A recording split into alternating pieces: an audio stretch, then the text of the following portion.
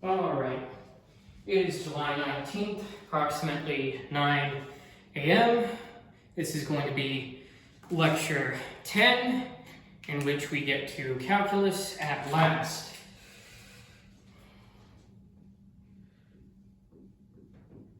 Ooh, I like that color. Okay, lecture 10.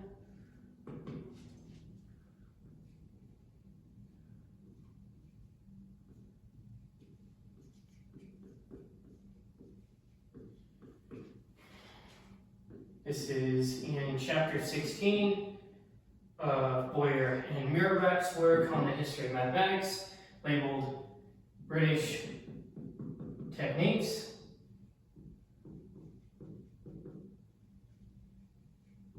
And Continental Methods.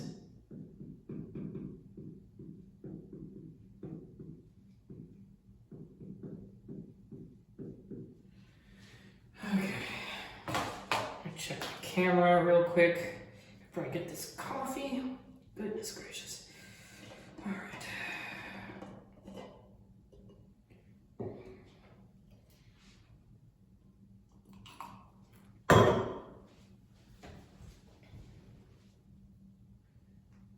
Good to go. Right. So, the time period that we're going to be dealing with today is circa 1650 to 1725. Some overlap with what we covered before, but this time we're going to be focusing more so on the development of calculus, refined and built by Leibniz and Newton and contemporaries. So let's try and get a look at what the world looks like here. We have New World, let's say, such that it is within my drawing. Oh, horrible. Okay, let's get to drawing. You know what, I'm just going to draw rectangles.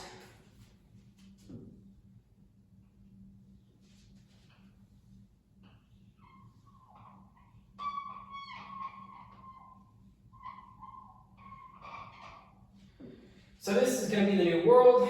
Spain occupies a crud ton of it. We talked about that in a previous lecture. Habsburg Spain and whatnot. This is going to be Greenland up here. And then we have the Old World, Europe, whatnot, down here. Then let's kind of draw that. Such and such. So we have New World, Old World, but what we're going to be paying attention to here more in depth is what's going on here in the British Isles. Of course, has Ireland and whatnot. But this is the state of the world insofar as empires are concerned. You have the Ottomans over here. Sassanids going over here. Go ahead and draw it as I'm speaking.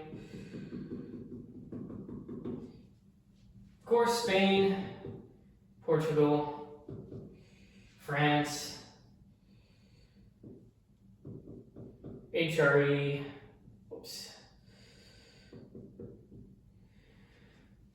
Scandinavia is going to be somewhere over here, English, Scots, and 13 original colonies over here, along with French possessions as well. So, sort of a rough estimation. You can sort of get at what I'm looking at. If you look here, there we go. Approximately 1700 AD.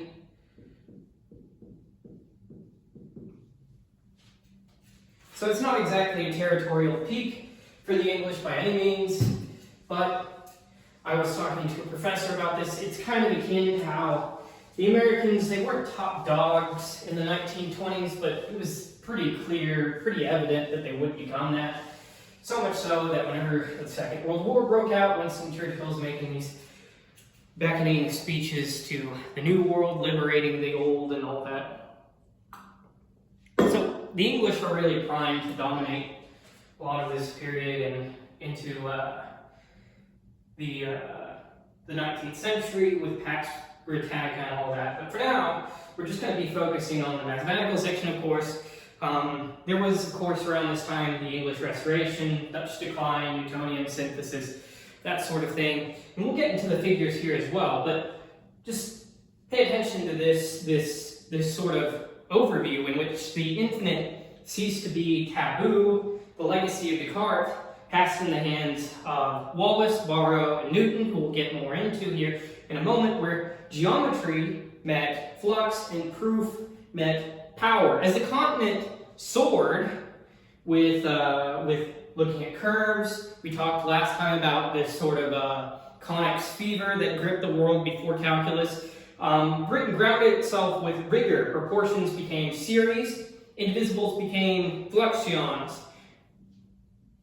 In the spiral of history, as we've been seeing throughout these lectures, history bent towards this calculus.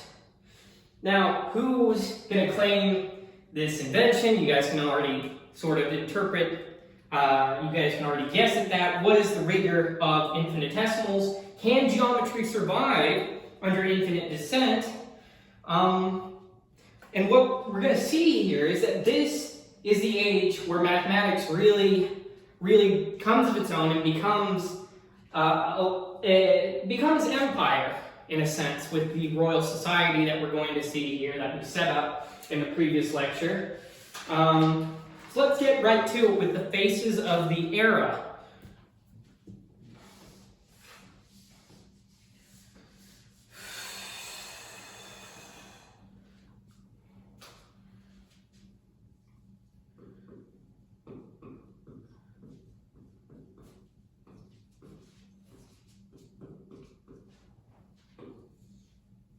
So we have John Wallis, who I mentioned earlier, lived from 1616 to 1703. What are some of the things that he did? Well, he introduced the symbol infinity, the symbol which we use for infinity, sort of a serpent eating itself in a way, world serpent. Jormungandr, no, but he introduced that notation. He expanded capillaries into divisibles. Expanded capillaries into divisibles arithmetically.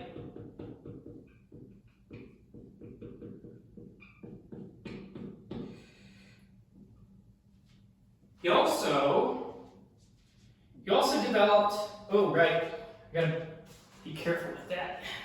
If I put too many verbs, I'll waste time. Let's see. He developed Wallace's product,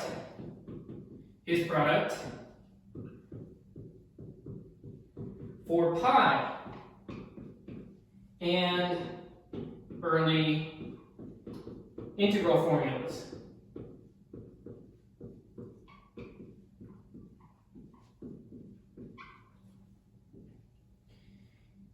He also advanced analytic geometry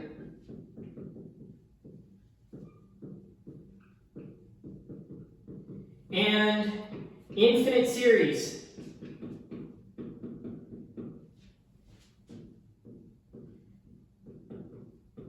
In the land of rock lovers, England, merry old England.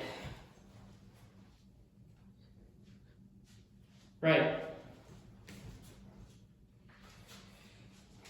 So, he's pretty important.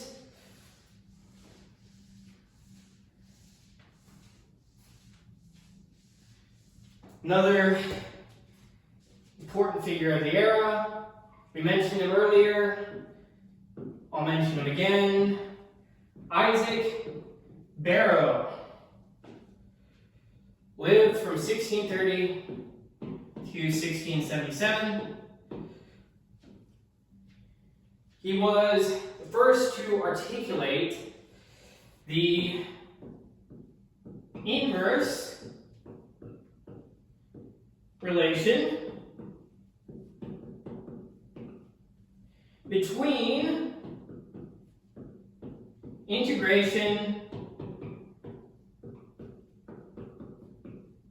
and differentiation.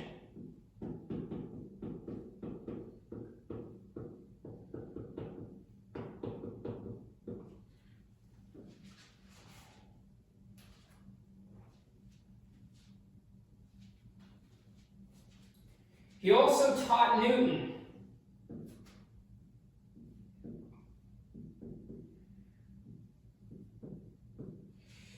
And he edited early lectures on geometric calculus.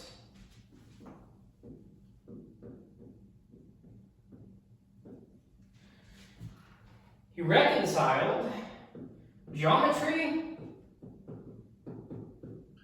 with infinitesimal reasoning.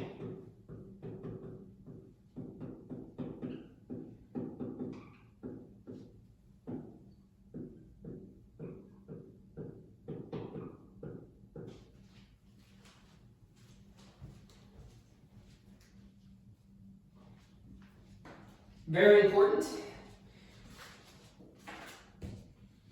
Let's get to the next guy. This is just sort of the backbone of people from this era. There's a whole lot of people, but if you were to kind of get the backbone of most influential folks in mathematics, then among one of them would also be James Gregory.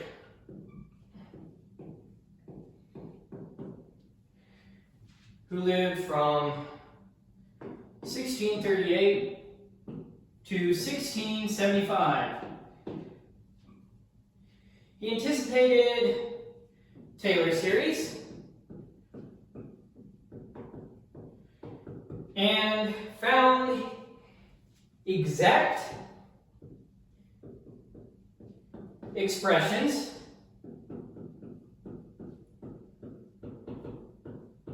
for arctangent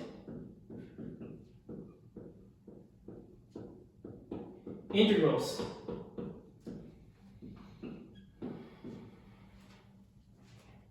Pretty big deal. He studied quadratures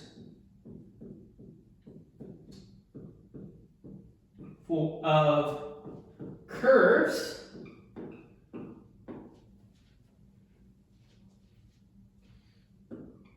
which helped him to contribute to early convergence theory.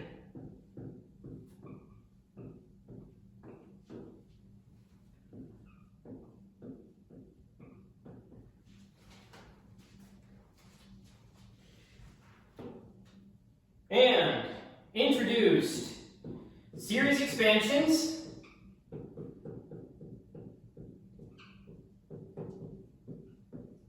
for inverse trig functions.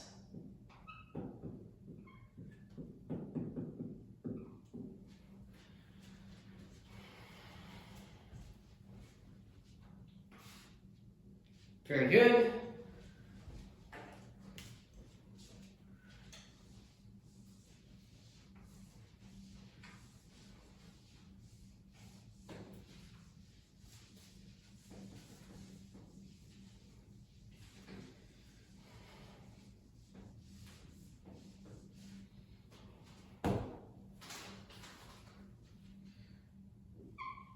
And the name day we've all been waiting for. Isaac Newton.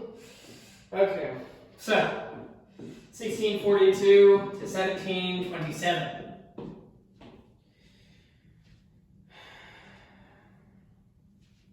Now, he invented fluxional calculus and infinite series for fractional exponents.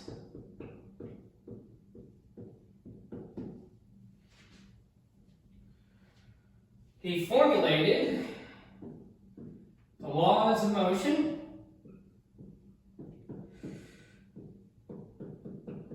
keyword there, formulated. So you can sort of see, we sort of saw inklings of just general intuition that would lead to this, but he's the one that formulated this into a nice structure. And universal gravitation in the Principia, which is just a shortened form of the full name, which is like Principia Mathematica. We'll get into it. He developed the binomial theorem and the method of fluxions. Which is very nice.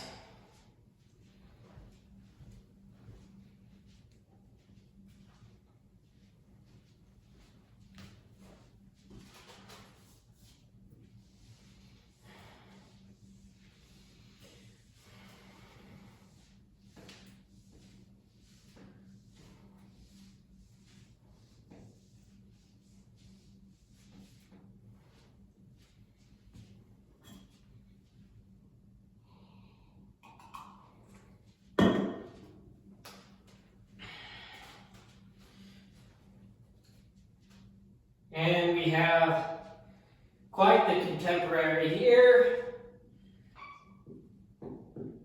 Gottfried Wilhelm. Yeah, this image is in my mind of really long Spanish names, but this isn't that long. Gottfried Wilhelm Leibniz, Inigo Montoya Francisco. No. 1646 to 1716. He independently developed differential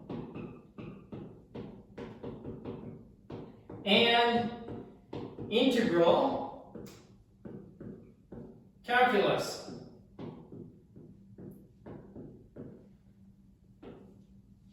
He created the notation,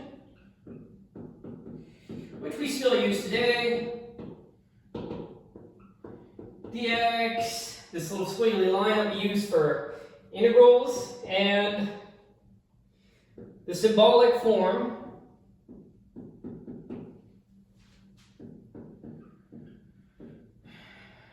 of the derivative.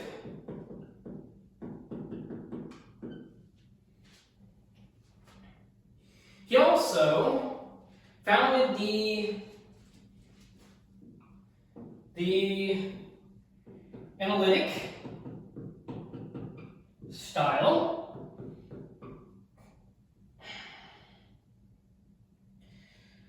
which dominated continental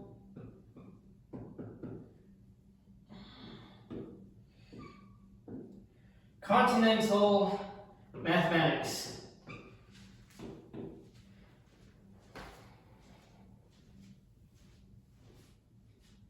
We'll see, he did a lot of things. These are just the main things to his mathematical credit.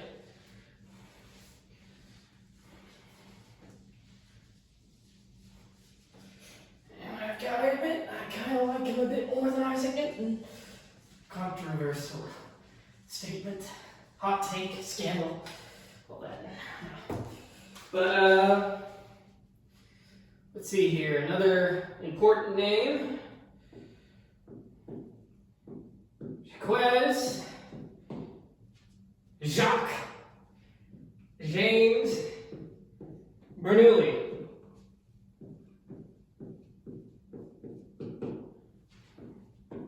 (1654, 1705).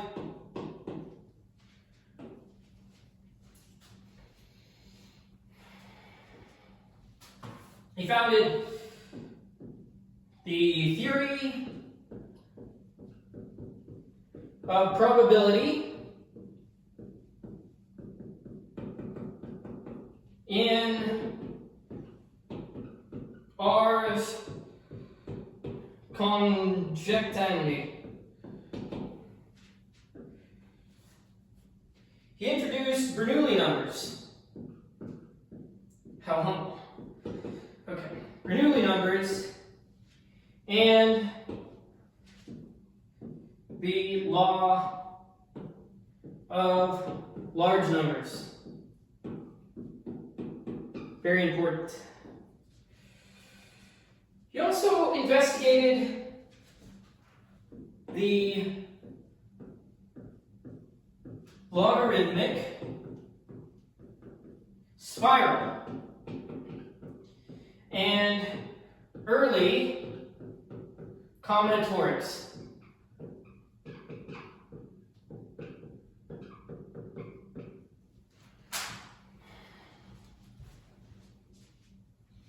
Worked closely with Leibniz as well, the Bernoulli family did.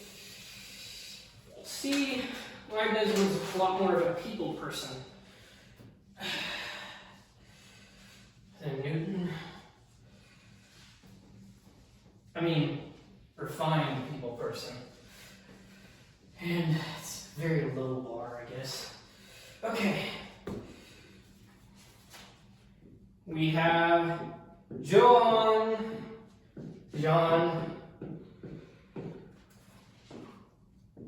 Bernoulli from 1667 to 1748.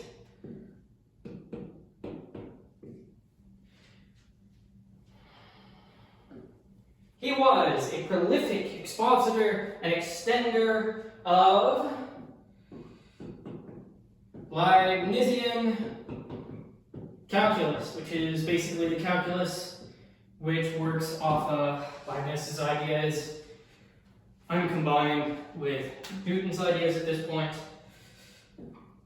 Well, I shouldn't say that, but kind of. And he advanced differential equations, so you can thank him for that. Differential equations, brachistochrons,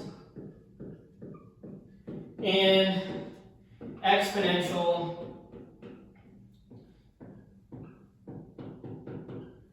calculus.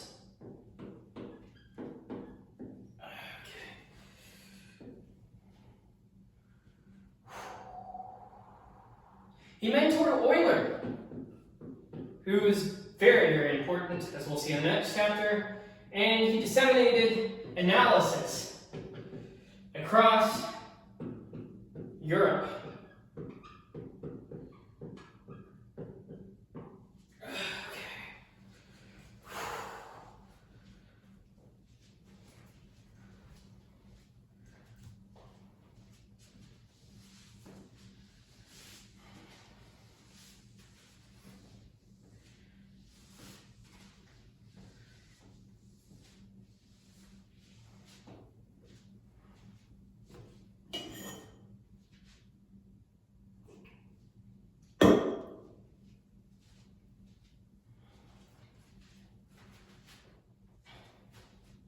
And we have Abraham D. Moivre, 1667 to 1754.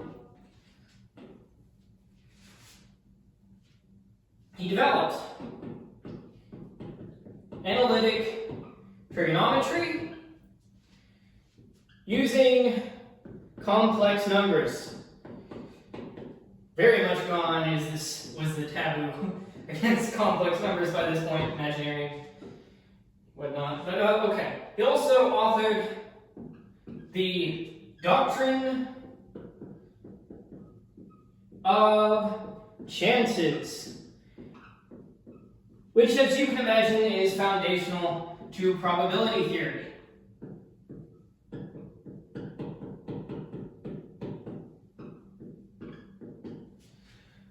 He also anticipated the normal distribution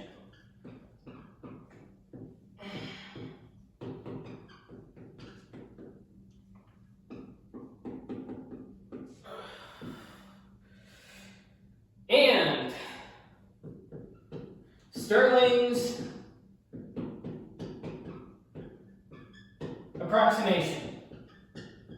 Now, a lot of these are just sort of words right now, and we'll get into that actual meaning behind these words, I promise, at least in part. Okay.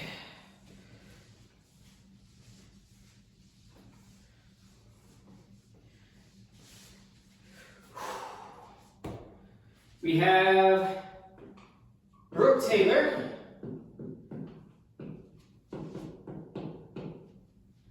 from 1685 to 1731. What did he do? Well, as you can tell, that name is sort of important. Formulated Taylor series for function expansion.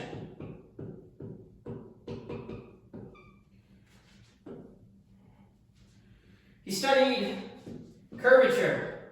So, who is it? Oh, that could be interpreted so many different ways, I realized. Okay. Oscillations and perspective geometry. Okay. Ooh. Really cool thing here, he bridged Newtonian fluxions, which shows we don't exactly need C, K, or S for that. But anyway, Newtonian fluxions and modern-ish analytic. We still use it. Definitely. Mechanics.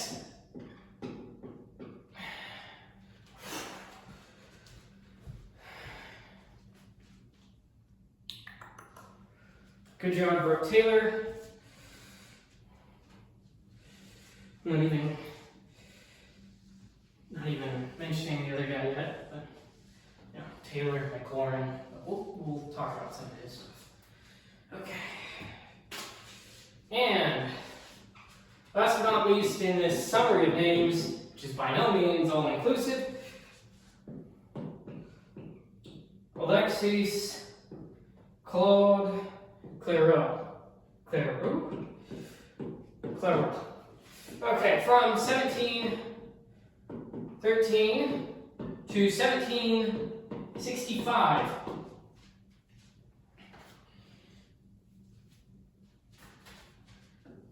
He founded solid analytic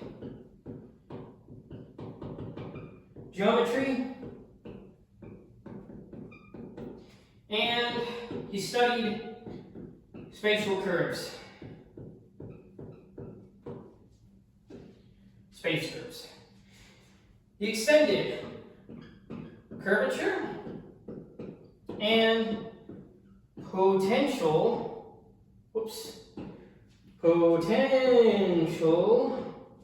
theory. 2, 3, not 1, not 2, but 3 dimensions.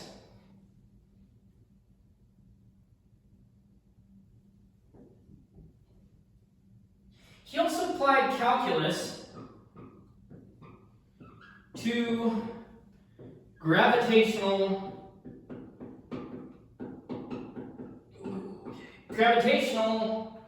theory and the figure of the Earth.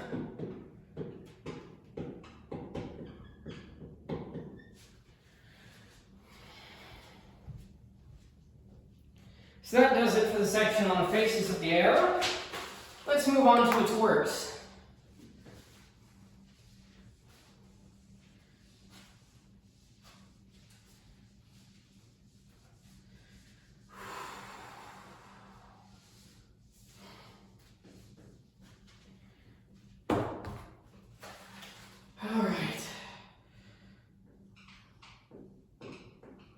Works of the arrow.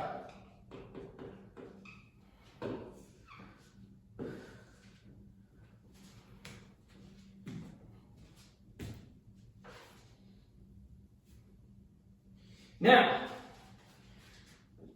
we have this text called the Arithmetica. Infinitorum. Perhaps studying Latin has paid off. Okay, Arithmetica Infinitorum, and this, what did this do? Well, it replaced Cavalier's indivisibles, which I think might have been for good. To say that non-standard analysis is a thing. Arithmetical series. It also extended integration to general powers of x using interpolation, sort of like a handy way to approximate things in a way.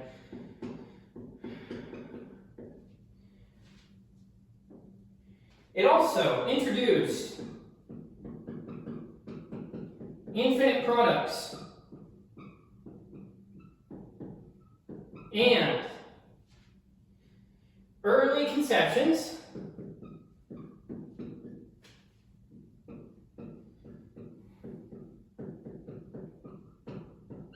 of area under curves.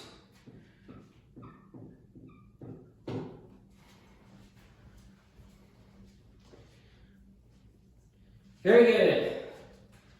Oh, wait. Yeah, this is by Wallace, by the way. This is by Wallace. Superfoot Bill Wallace. Now, Wallace of the British Isles.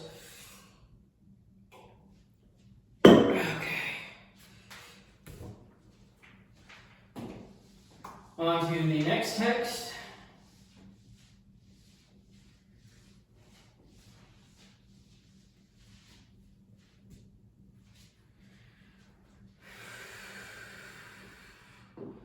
This one, Treatise of Algebra,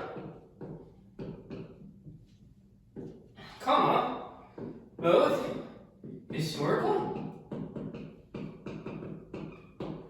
and practical. 1685 publication, also by the legendary Wallace.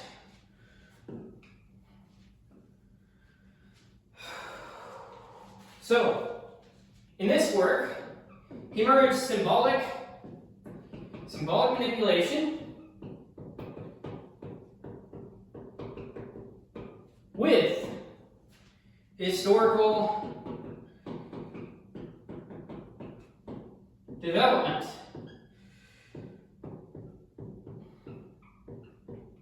It's kind of what we're doing right now.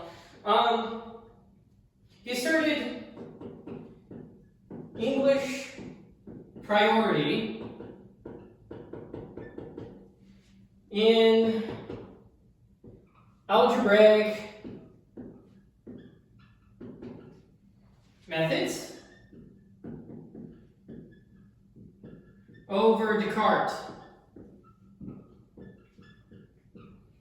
So sort of why we use records this symbol for equal instead of this one, which we now use for proportion, in proportion to. So Descartes would prefer this. All of the English people basically would prefer records notation. So that's a little bit there. What else did this work do? Oh, foundational. It was a foundational reference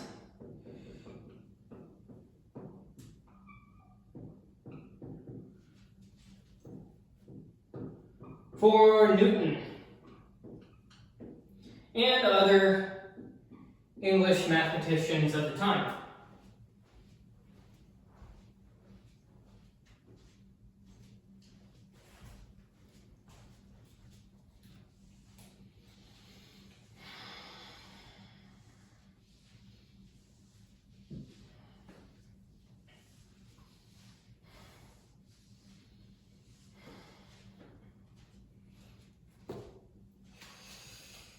Now, oh my gosh, these long names. Analysis per acquaintationes numero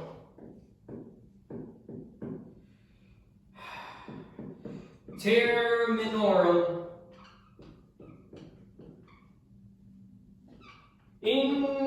infinitas. Estimated publication 1669 actually for first original draft, 1711 for more widespread circulation. By Newton. Fig Newton. Isaac Newton. It introduced Newton's general method.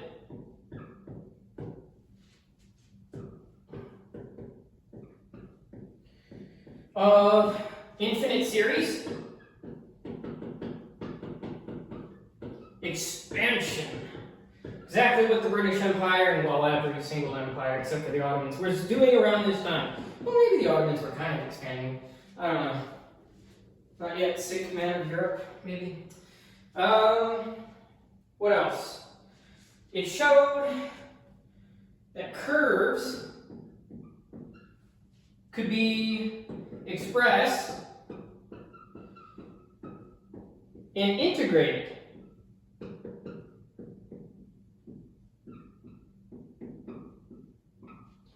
via power series. I have the power. So it was. It also marked the beginning of Newton's analytic calculus.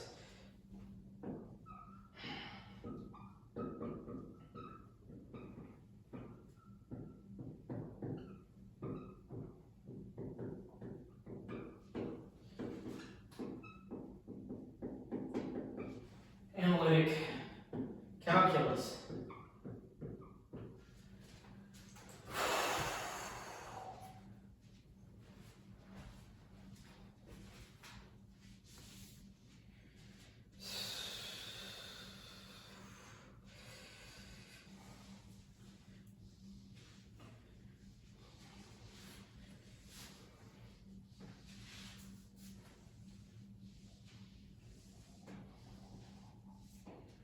All right.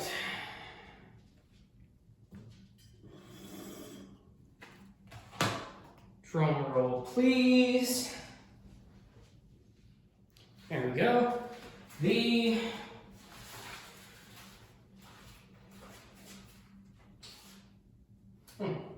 very long title. Oh, I messed it up from the beginning.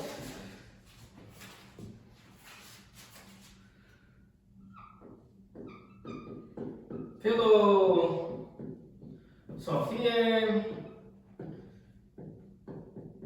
Naturalis Principia Mathematica. Not that Mathematica. COG. 1687. Written, of course, by the great, wonderful Isaac Newton. Let's see, is that popping up right on there? Alright. Okay.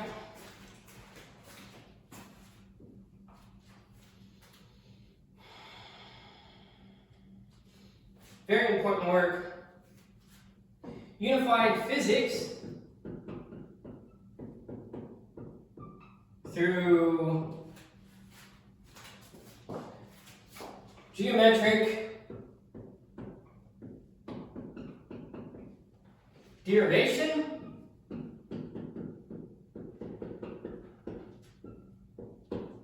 of universal gravitation.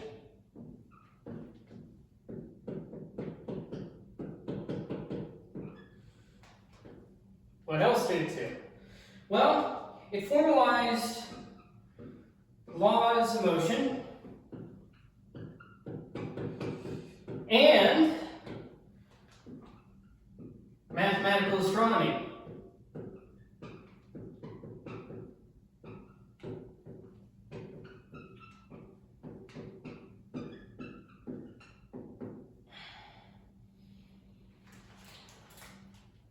And this is something that's really interesting.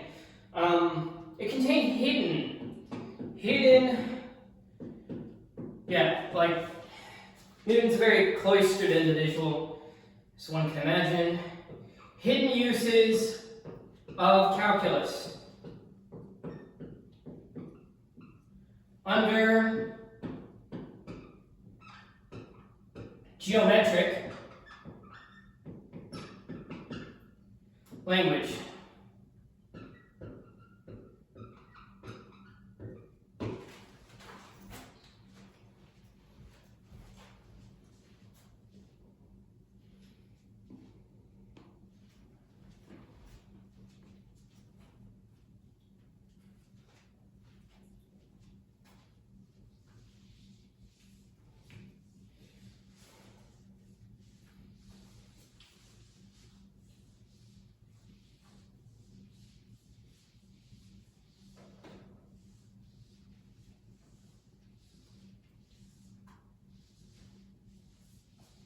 Here's another work. Oh boy. Analysis des infinite etudes. By, wait. Published 1696 by L. Hospital. Le Hôpital.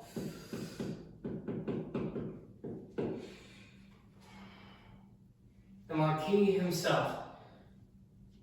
It was the first textbook, and this is a development. Textbooks becoming a humongous thing. Like Springer Verlag can owe itself directly to this era. It is the first textbook on differential calculus with Leibniz's notation. And certainly not the last. It contained Look, French names, man. I just pick on the French all the time. L'Hopital's rule, which, by the way, wasn't even his. He just paid Johann Bernoulli for his ideas at the time, which is just wild. Sort of like shows what sort of era we're living in this time frame. Dutch East India Company is a thing. British East India Company, just massive corporations going out there conquering things. It's crazy. But anyway, this work also made calculus accessible. Well, relatively accessible. More accessible than it had been before, which is kind of funny, which is like, you know, we'll talk about low bars, that's a low bar right there. But nevertheless, it made calculus accessible to broader European mathematical community.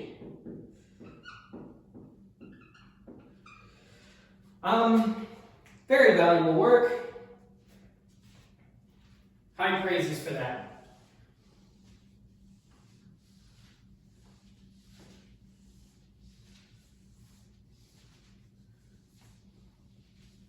Now, another one.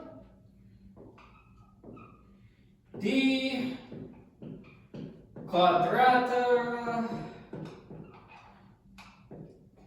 curvarum.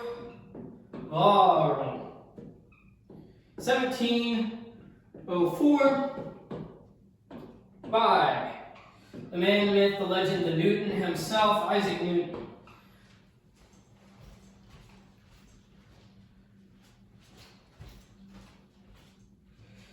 In it, he developed integration techniques.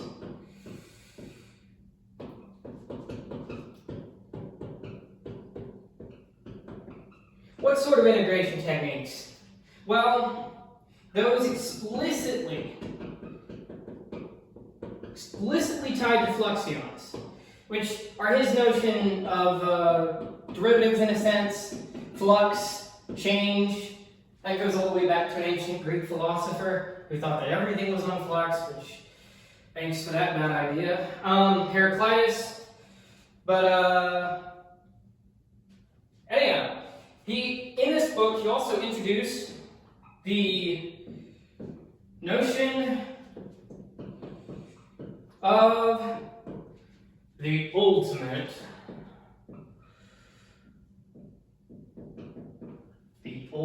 ratio. Not just any ratio, the ultimate ratio. As a sort of precursor, it's a precursor, really. It's a precursor to limits. So, more and more we go on with this, the more and more you'll see how much of Leibniz's aesthetic we actually use in comparison to Newton's, which thank goodness. But anyway, so, introduced the notion of the ultimate ratio, precursor to limits. It also signaled Newton's response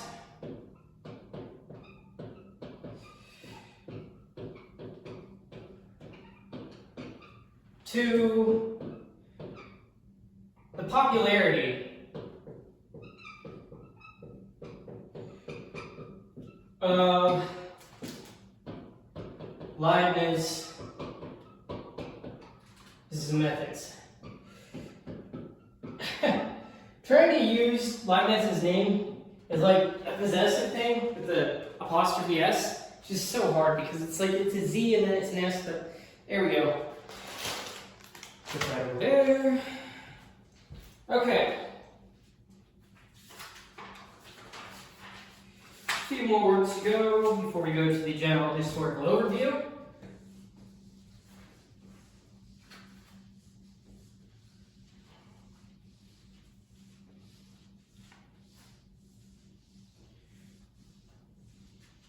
Now, ars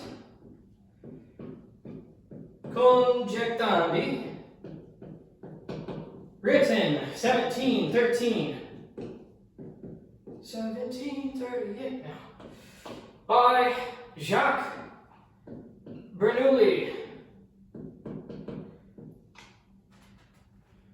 Oh, I just realized putting that, if I were to just put Bernoulli, that could be like 12 different people.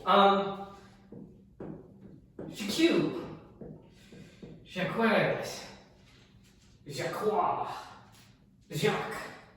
Bernoulli, 1713, founded modern theory probability. Could arguably trace it to earlier, but this is, formalized. It's his book. Introduced Bernoulli numbers and the law of large. Maybe there's never been any bigger. These are the best numbers. These are the large numbers. The law of large numbers. It unified combinatorics with unified combinatorics expectation, so like expected value, which is like we expect this to happen sort of thing. Well, not quite, but we'll get into it. Mathematical and mathematical rigor. So it's kind of, as you can imagine, probability theory at this very early stage, is not going to be exactly proof upon proof, that sort of thing, so much as it is just valued for its calculative abilities and what it can predict, that sort of thing, all practical stuff. So, that is it for the Ars Conjectandi of 1713. Here we go.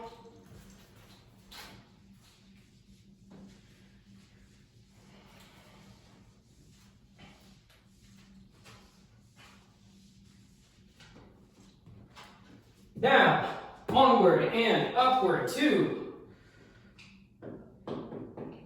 another Newton work, Methodus Fluxionum et Sierum Infinitorum. Man, this Newton fellow, he ought to try and be a mathematician or a scientist or something. He seems pretty smart. 1736, of course, by the great Fig Newton himself, Isaac Newton, and it was a posthumous English publication. Not something Isaac Newton released to the public while he was alive, hence posthumous.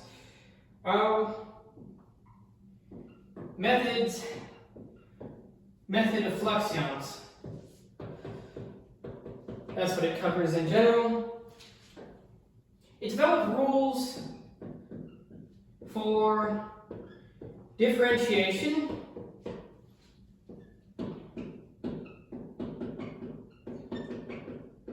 and their inverse integration.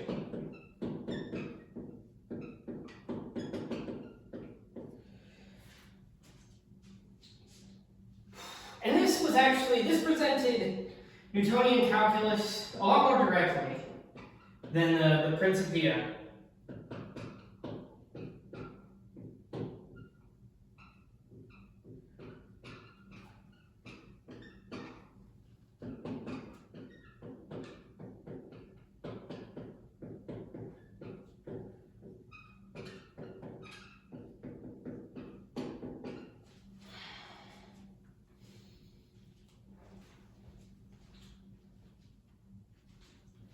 Now, on to the next one.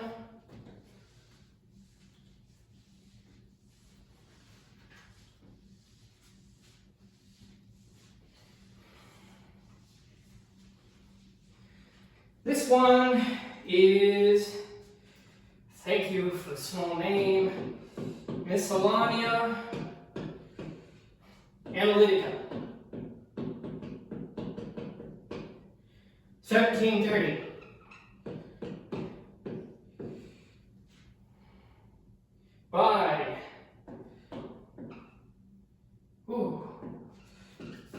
Abraham, the Mouvrier. Gosh dang it. Okay. And it applied complex numbers. In this work, he applied complex numbers to trig expansions.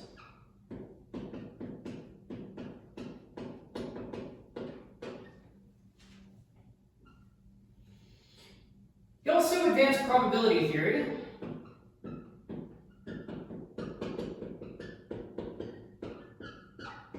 And approximations.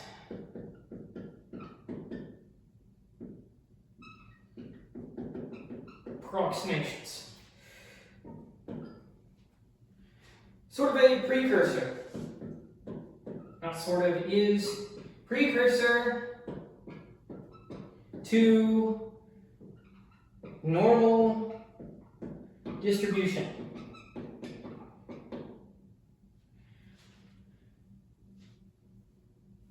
And it's not all, folks. It introduced what would become de Moivre's theorem. Why should it not even be? Okay, there we go. Good stuff.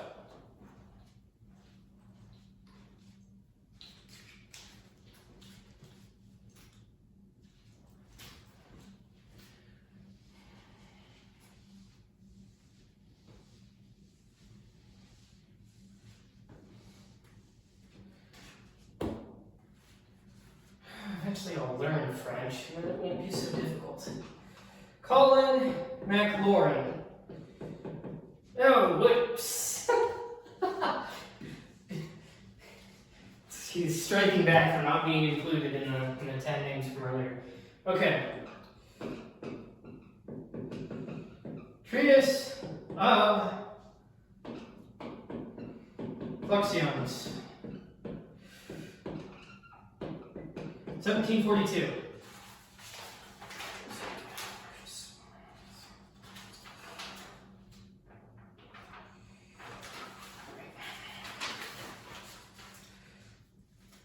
Written by McLaurin, Colin McLaurin. This presented the most rigorous defense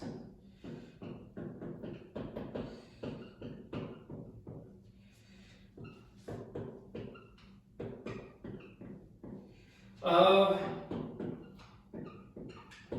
Newtonian fluxions against a contemporary Berkeley's critique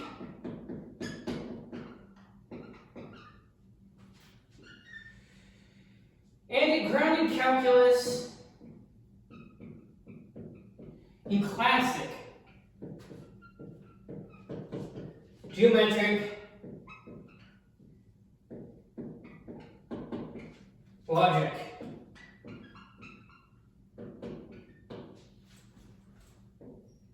And it preserved Newton's framework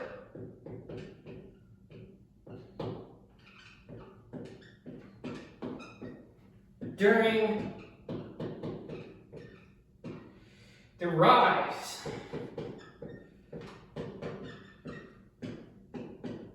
of continental, read Leibniz inspired analysis.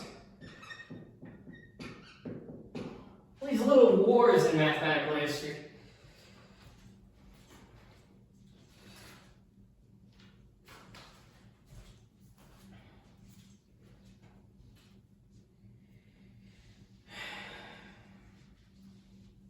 We had the algorithm versus the abacus.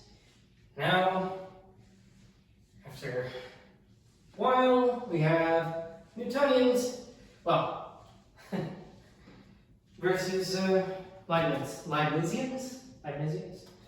Right. So Leibniz didn't have like these big treatises of the time like Newton did. There's not like this big royal society in German-speaking lands. What they did have was this thing called the Acta Eruditorum, and that was basically the first scientific journal for the German-speaking peoples. And in it, Leibniz had the Nova Methodus Pro Maximis et Minimis Itemque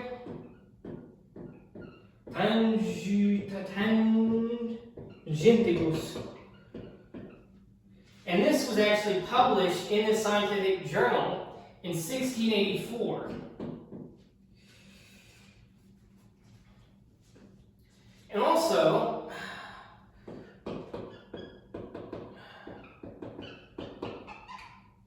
there was the De Geometria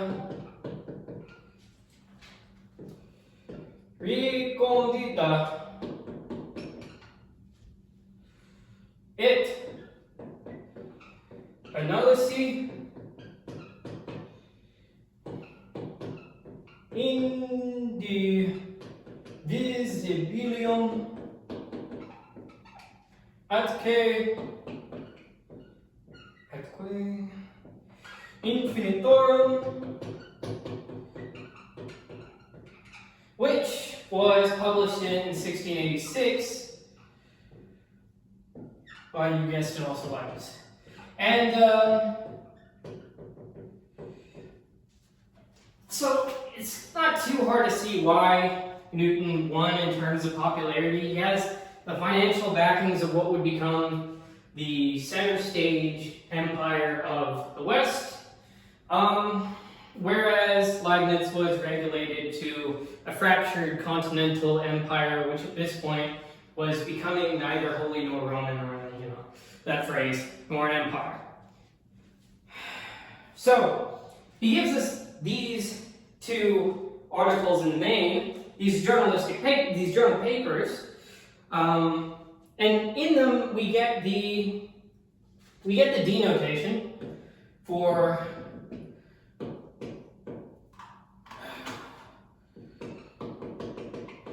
derivatives. We also get the integral symbol. And we have a philosophical framing of calculus as symbolic. A symbolic general method. And they're brief, but they seeded a revolution in mathematical practice and notation across the entire continent.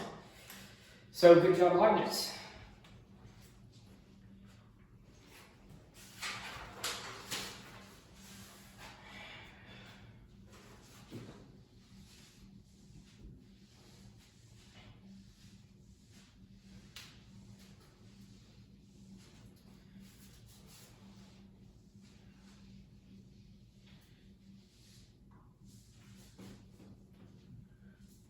Now, let's get to the historical overview.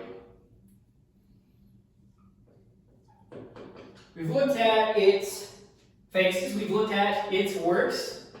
Let's put it all together and see what's happening from a bird's eye view in a way. Oops.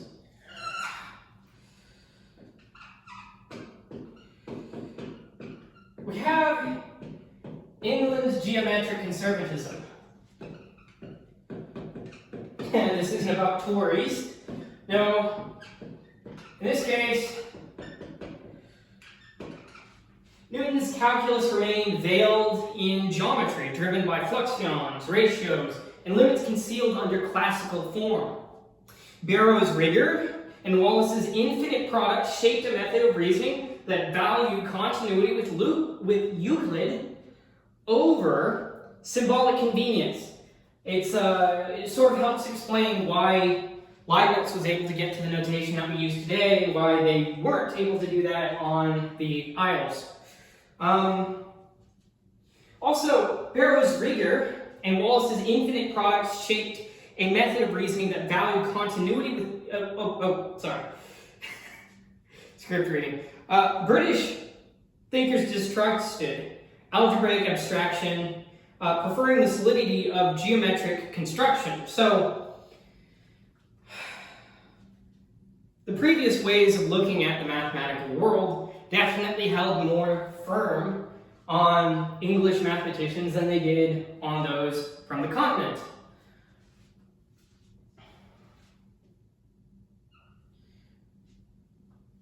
Okay. I've just about explained it quickly there. We don't have a lot of board space. I don't want to erase, so we'll just move on to the next one, shall we? So, there's also this rise of symbolic calculus, which I alluded to earlier. Symbolic calculus in Europe.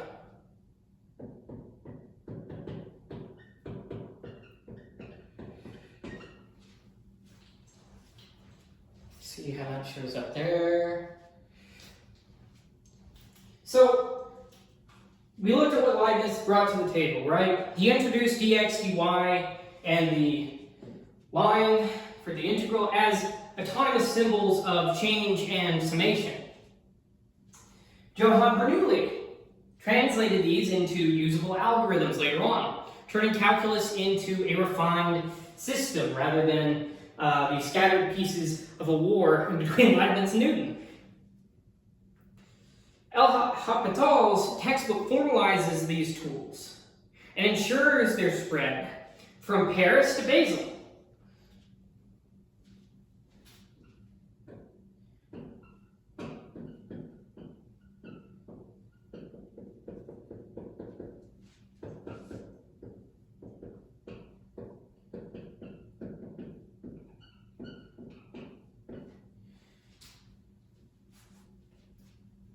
So, Jacques Bernoulli's ars conjectandi unified combinatorics, expectation, and inductive mathematical reasoning, as we discussed earlier.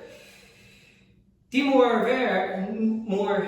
Moivre extended this into continuous forms, paving the path to Gaussian distributions and statistical calculus. This melding of this sort of entirely new branch of things, this thing which has been emerging layer by layer.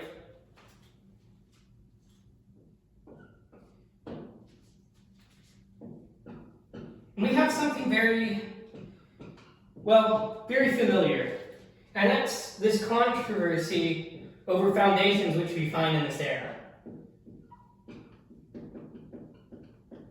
Berkeley is the analyst.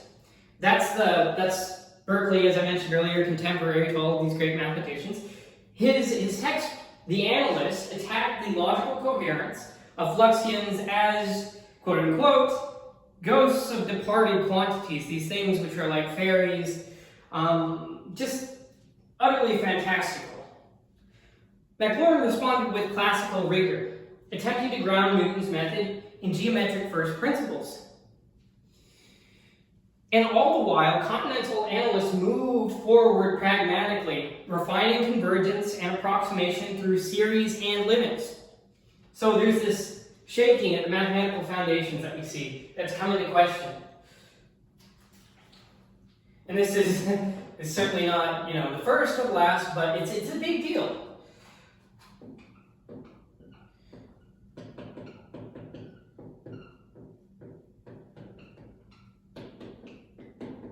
So, this divide in between what's going on in the continent and what's going on in Great Britain, it solidifies. So, by 1750, the continental school of Leibniz, the Bernoullis, Euler, it overtakes British methods in clarity and computational power. British loyalty to Newton's fluxional method though noble, because he's a Brit, and they're a Brit, and you know, you got back your team, delayed full engagement with modern analysis for nearly a century. And in fact, we might discuss this later, but after Maclaurin, after the death of Maclaurin, like basically there's no humongous, you know, what's the word? There's nobody with as high repute, certainly, as Isaac Newton coming from the British Isles after the death of Maclaurin, or comparable for that matter.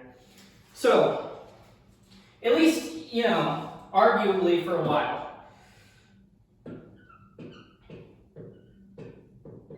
Geometry revived, but redefined.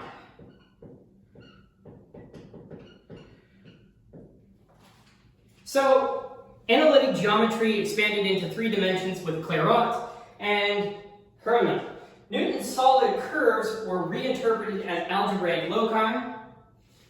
Surfaces began to be classified symbolically.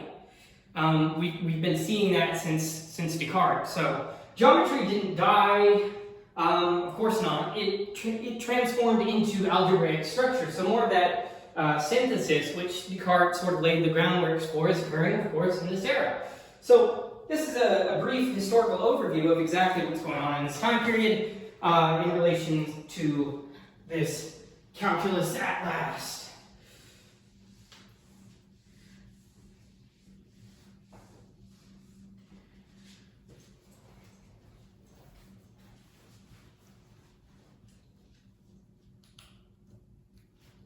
And let's see here.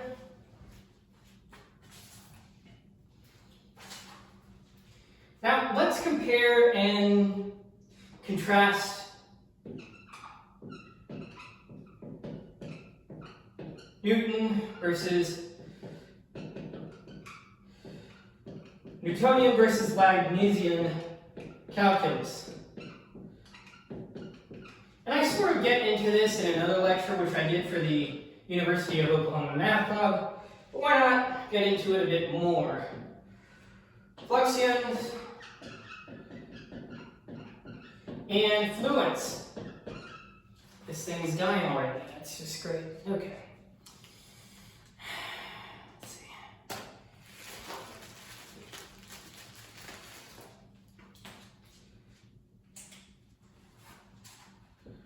And fluents. Which are these quantities changing over time.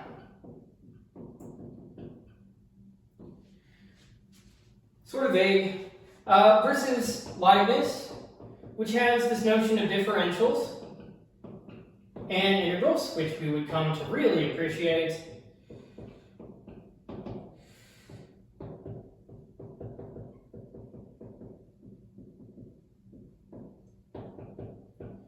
Infinitesimal increments and summation.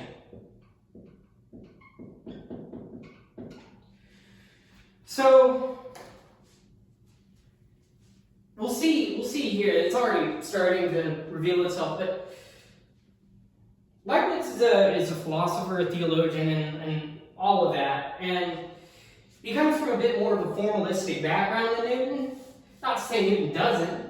It's just Leibniz is on a level in which he's like, I like looking at logic and the bigger picture of the thing. And wouldn't it be lovely if notation looked this way? Versus Newton's a very, appears to me to be a lot more pragmatic in terms of, let's look at this and see how it physically applies. And then whatever theory emerges after that will just be that, but it's not as important. It's not as important as the actual physical interpretation and application of what exactly I'm working on here. So, to sort of show this, it's grounded in geometry and kinematics,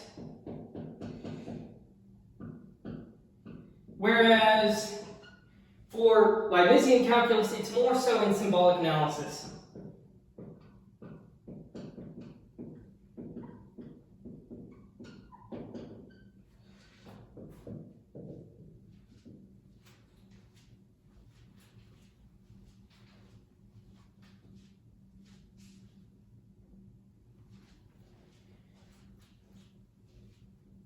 And we already talked earlier about where these things were published, how Newton has these big treatises really, and Leibniz is sort of relegated to these journal articles, which it's the way it was.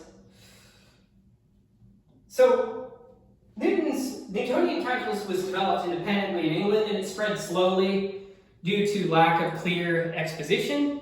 Versus Leibnizian calculus, it disseminated quickly through Europe via L'Hopital, Bernoulli, Euler. Newtonian calculus was cautious, I'd say. Cautious as insofar as symbolic generalization was concerned.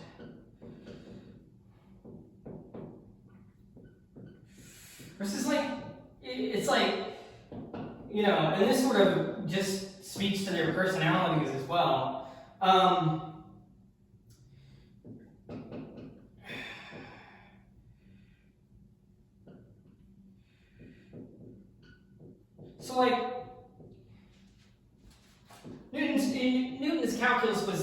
Newton, insofar as his calculus was concerned, was cautious of symbolic generalization, versus Leibniz, who was all for it.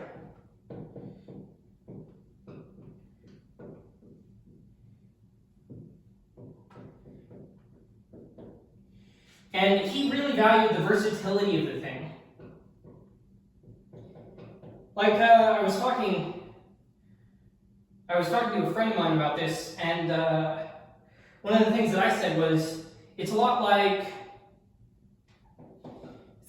Newton. He came upon calculus in a very Gnostic sense, where it's I have this very beautiful thing, this beautiful secret, and I want to sort of keep it to myself and keep it pure and perfect and all that. Whereas Leibniz was more sort of like a child that stumbles upon this beautiful view in a forest and he wants to share it with everybody. That's sort of what Leibniz that sort of gets at the heart of the differences in between the two.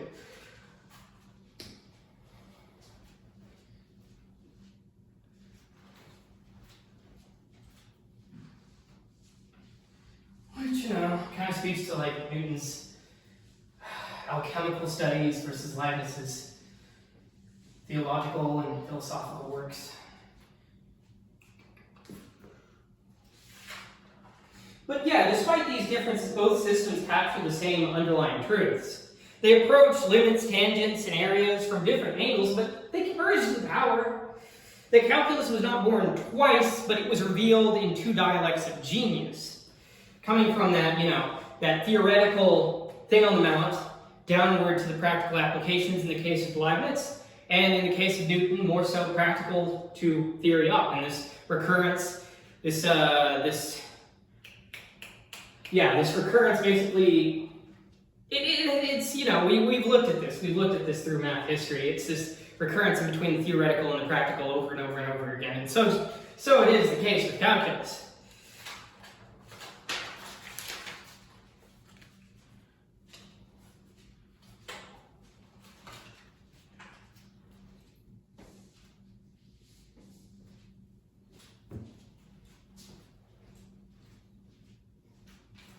Now, let's go to my favorite part, problem solution cycle.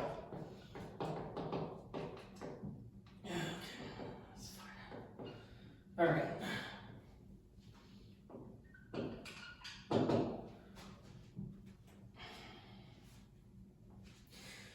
So, given Barrow's triangle,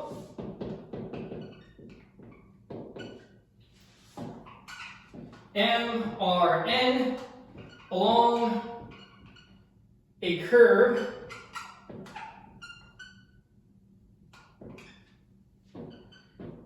with known ordinate M, derive the subtangent T using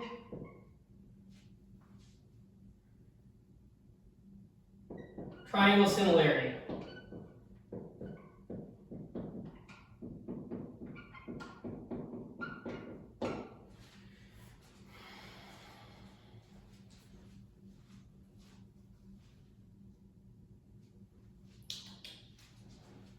Should probably use a colder color.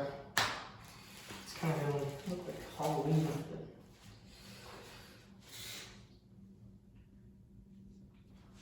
So,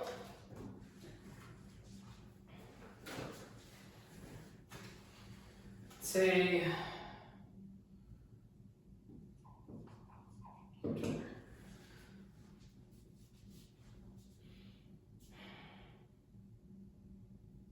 so we have this triangle M and R, Barrow's triangle MRN. We want to let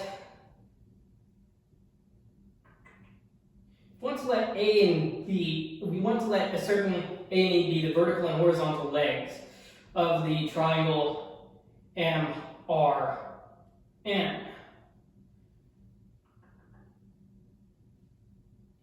So let's go ahead, but let's not label it as such. Let's just stick to the book.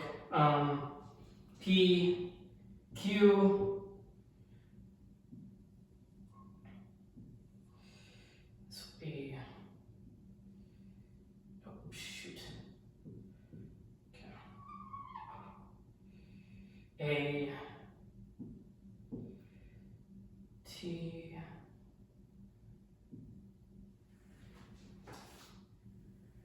so horizontal and vertical legs here with M ordinate at M. And there's this similarity notion, which, let's see here, I messed up on the notes. That's not it, okay. Oops.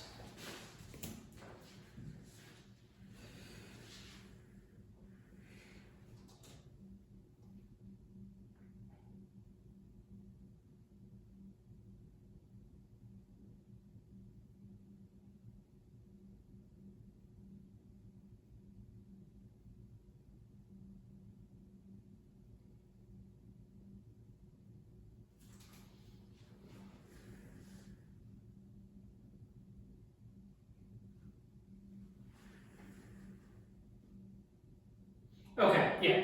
So we want AE to be these vertical and horizontal legs of the triangle MRN. By similarity,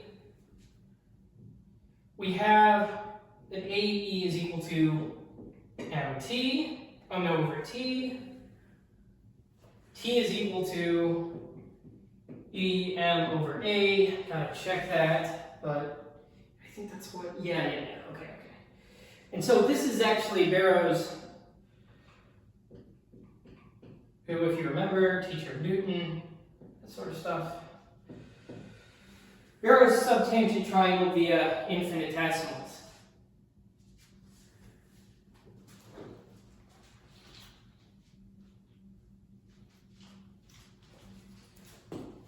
So there we derive the subtangent T using triangle similarity.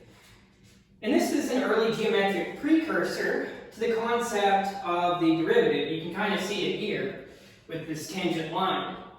Tangent lines are everything. But no, more seriously, you can sort of see, this notion that Isaac Newton just on his own, just for nothing, went into his backyard, locked himself in a shed, and came up with calculus with in a vacuum. It's just kind of, it's nice. It sort of romanticizes genius, but it's kind of like, we've seen we've seen this thing coming.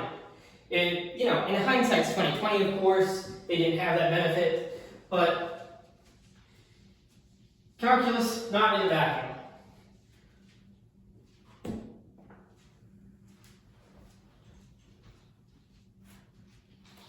All right.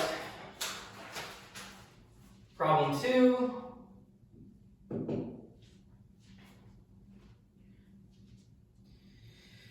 Expand 1 over 1 plus x squared as power series and integrate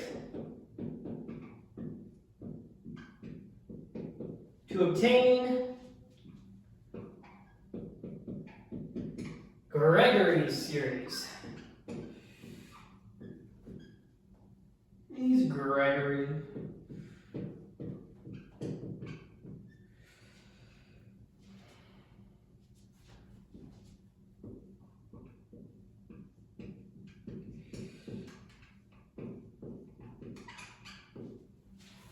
So,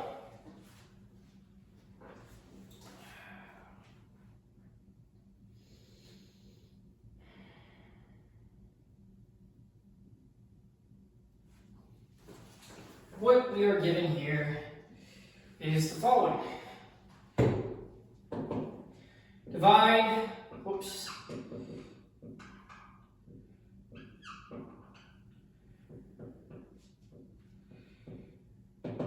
Such that 1 over 1 plus x squared is equal to 1 minus x squared plus x4, x to the power 4 minus x to the 6th plus dot dot dot. Integrate term by term.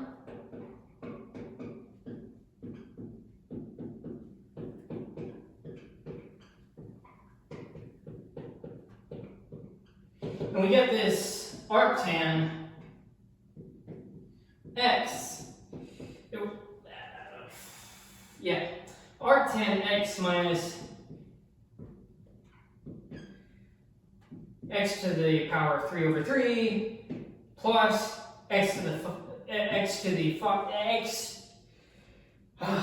power 5 over 5 x minus 7. X to the 7 over 7 plus dot dot dot. And what you found is that this converges for absolute value of x greater than or equal to 1. And this anticipates Taylor expansions later on. Now, this is what we've got. Well, not now, in narrative now.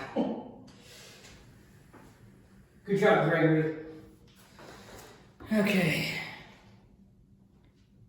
Yes, right.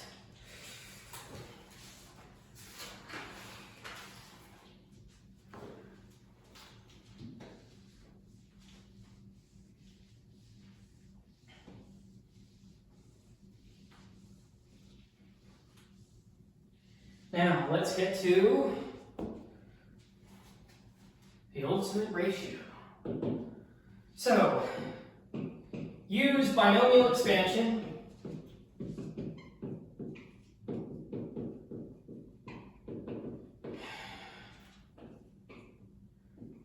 on x plus o to the n minus xn, x to the n, and find the ultimate ratio. If you do that on Twitter, you're basically, well, kind of a degenerate, but also, yeah, sigma. No, but yeah, let's go to this. Use binomial expansion on x plus o and to show that this purchase. This is an O. This is an O, by the way. This is an O. This is a 0. Different things. Newton 1671. 1671. So we're going to expand this x plus o to the power of n.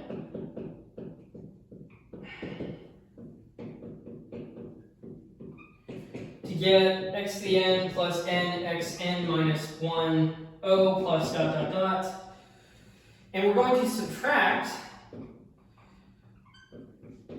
xn divide by o and we're going to let o approach 0. And lo and behold, what we get is this limit of o as o approaches 0 x plus o to the n minus x to the n over o is equal to n times x to the n minus 1. And this is a geometric justification of the derivative. And you'll see this a lot, and very nice, very nice.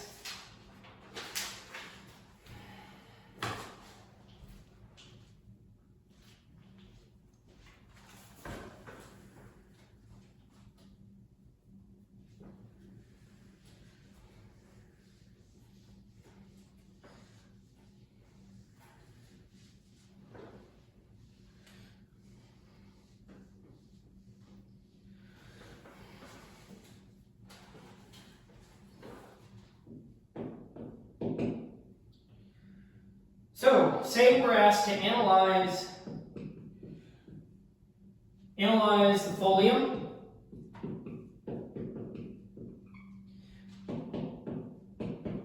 X to the power of 3 plus y to the power of 3 equals 3, 8xy, using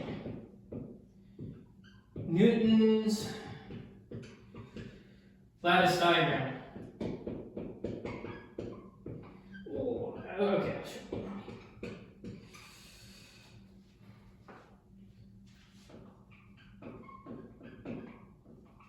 Yeah, Newton has these sort of, miracle years. I mean, miracle years. It was plague, and he was sent back. Not sent back. He went back home because Trinity College was the plague was a thing. He had to stay there, and so he has this sort of miracle year where he does a whole bunch of stuff, including invent calculus. Okay, so we want to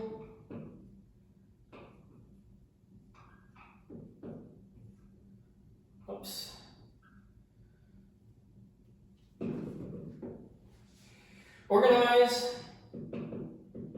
terms by total degree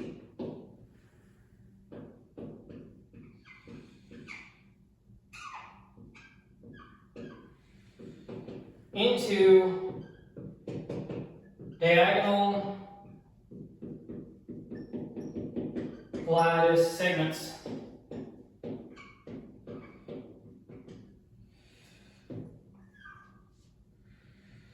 Let's see.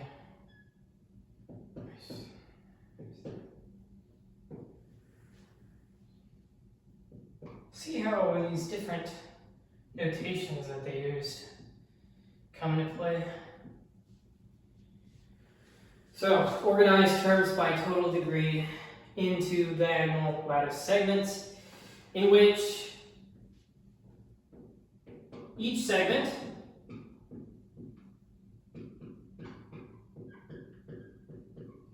provides a local approximation, i.e. branch, of the curve.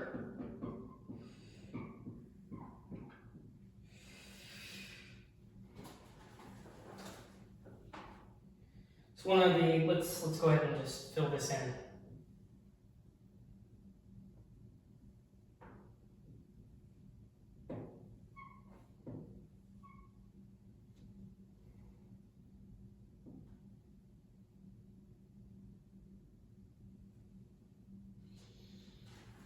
So this is Newton's diagram for the folium of Descartes. And what it does is it anticipates Newton's polygon method for singularities later on. It's very valuable insight. From there, let's get to problem 5.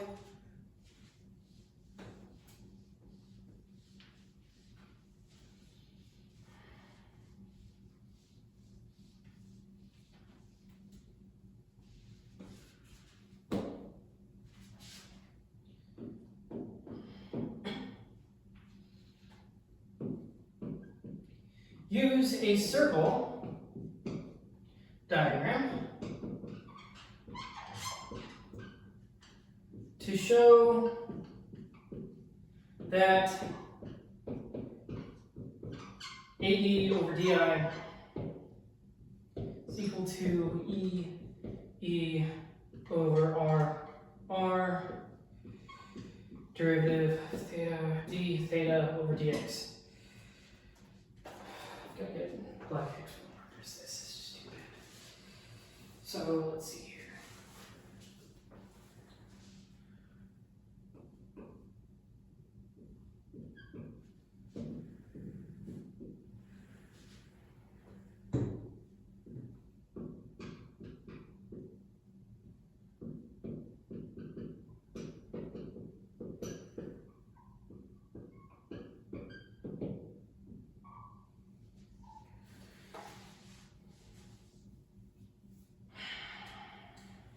Let's just go ahead and draw this segment circle.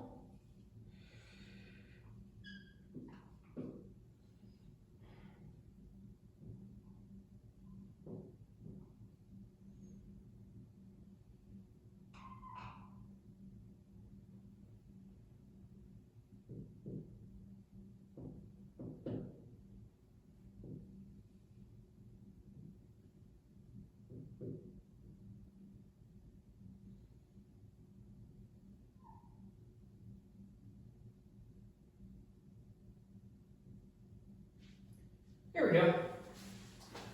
So, we're going to treat EE like a bat arc as an arc, RR as projection, and triangle ADI as infinitesimal.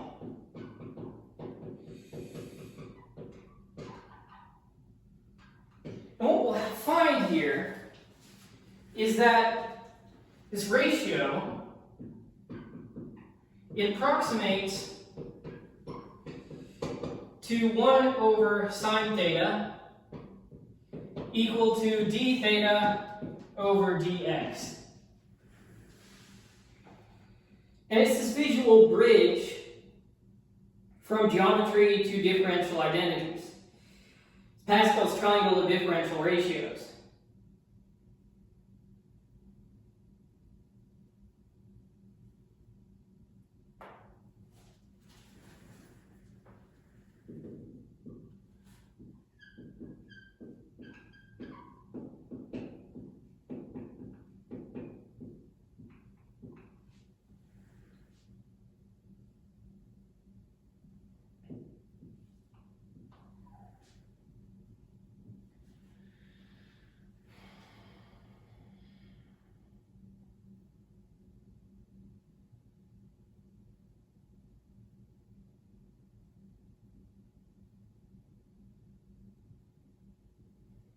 Yeah, okay. I'm not quite sure. This is just a basic diagram. It's just a basic diagram. Okay.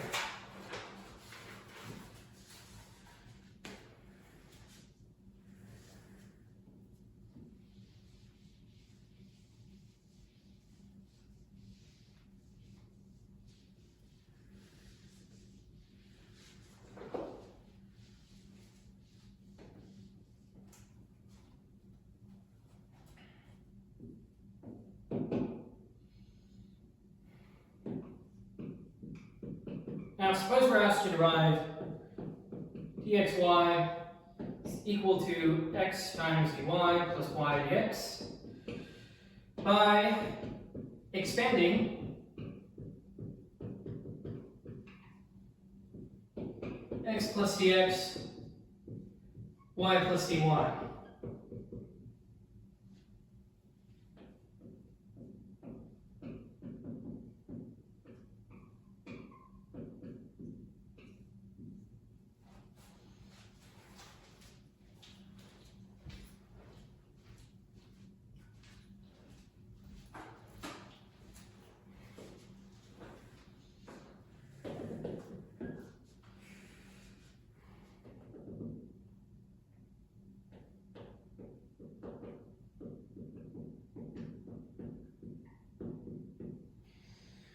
So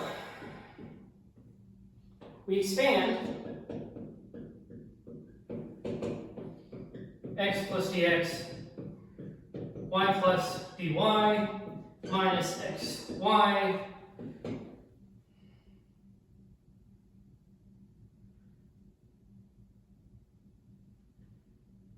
such that, and we get x dy plus y dx plus dx dy is equal to that. We discard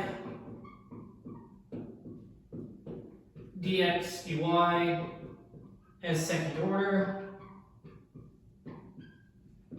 We're left with dx dxy is equal to x dy plus y dx. Leibniz in 1684. Leibniz's product rule for differentials.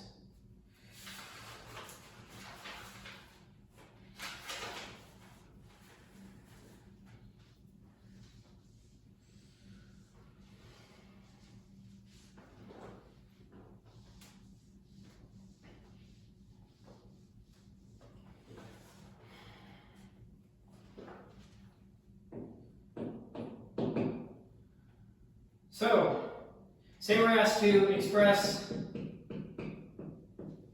x to the x as a power series. And integrate 0 to 1 x to the x dx. Well, by Bernoulli, 1690s.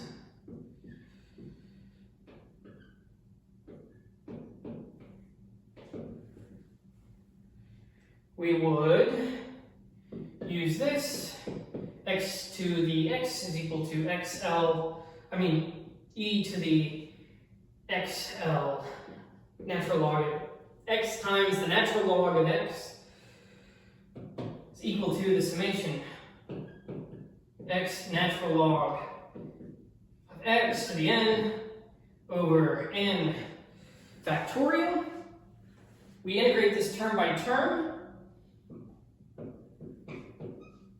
and what we get is 1 minus 1 over 2 to the 2 plus 1 over 3 to the 3 minus ... And this is an early use of exponentials in infinite series. Not sure about Euler's number being used here, but I'm sure that'll be explained in the next chapter.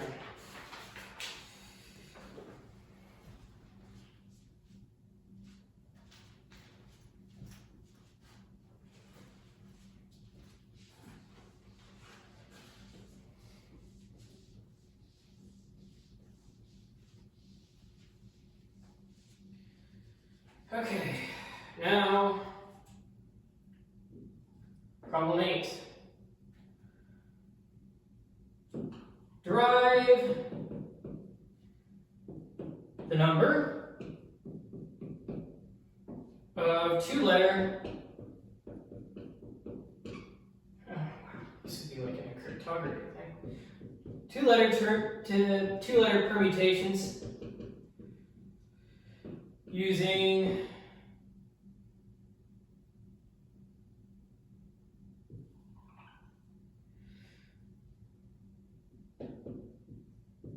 probability logic.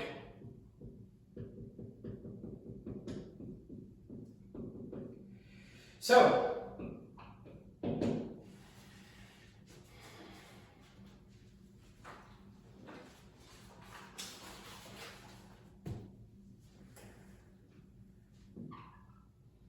take the probability of the first letter occurring, which is equal to 1/6, and now of the second, which is equal to 1/5. Product is equal to 1/30, which implies 30 permutations.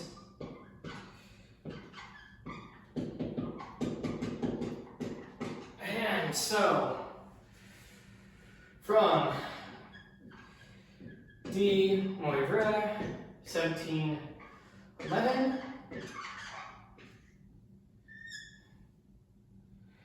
we get probability as function of n and r is equal to n factorial over n minus r factorial. So what we're left with as a general form.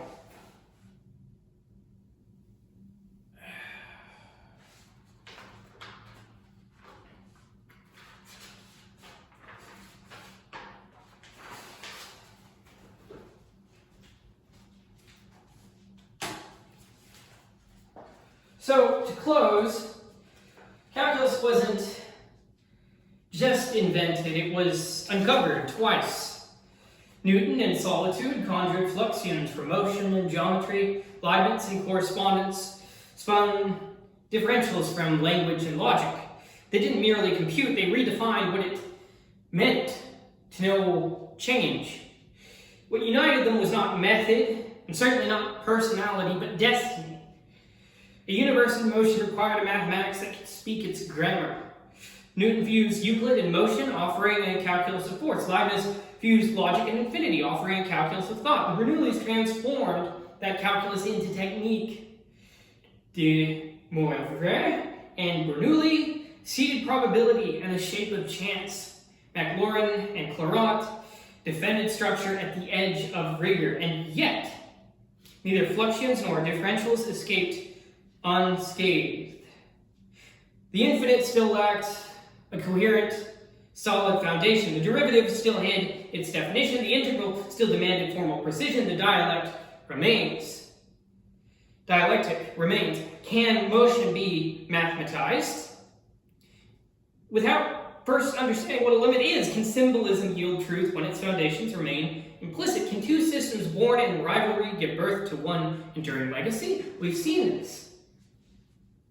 Calculus did not begin with certainty, it began with power. And it began with power and popularity and these social dynamics as well. And it would take a century of correction, translation, and confrontation before its fire would be tempered into clarity. From fluxions to functions, from rivalry to reason, this was the birth of the modern age of mathematics. It would get us to the moon, right? So with that, I end this lecture. Thank you.